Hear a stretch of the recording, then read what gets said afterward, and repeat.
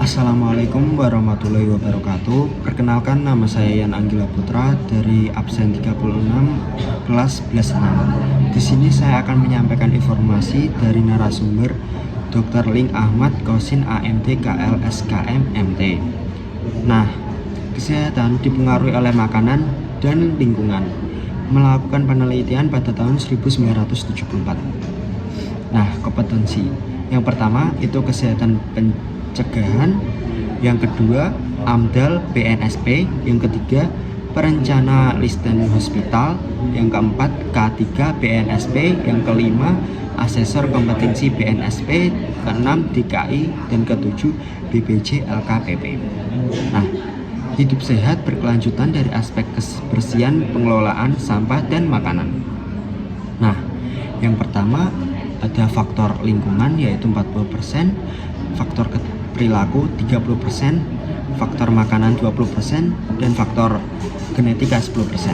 Nah, yang pertama faktor lingkungan 40%.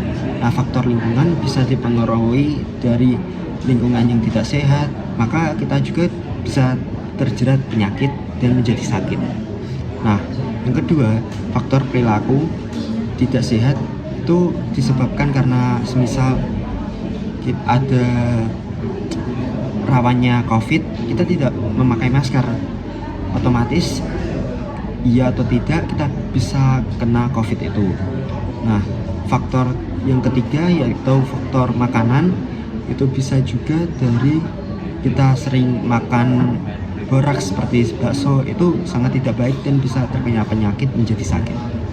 Nah, yang keempat faktor genetika.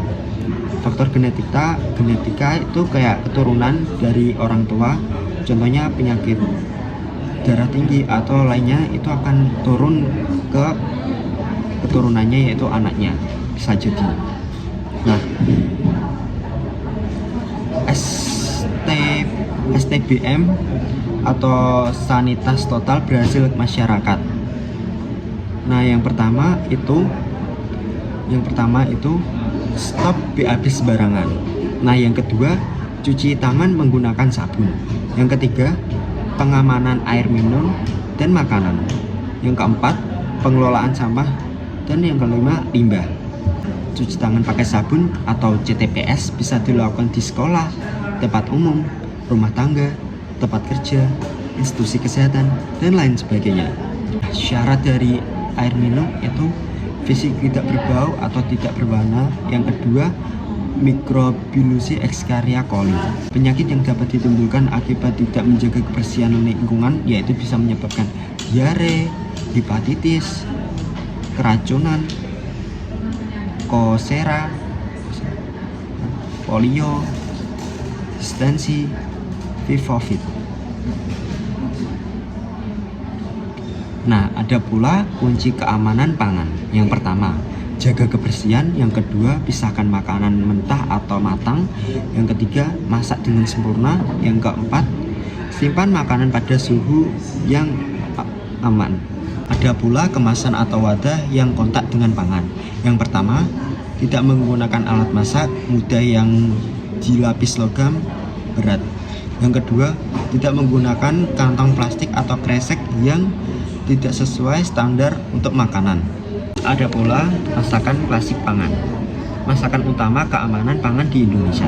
Yang pertama, pencemaran mikroba karena rendahnya kondisi hidrogen dan sanitasi. Yang kedua, pencemaran kimia karena kondisi lingkungan yang tercemar limbah industri.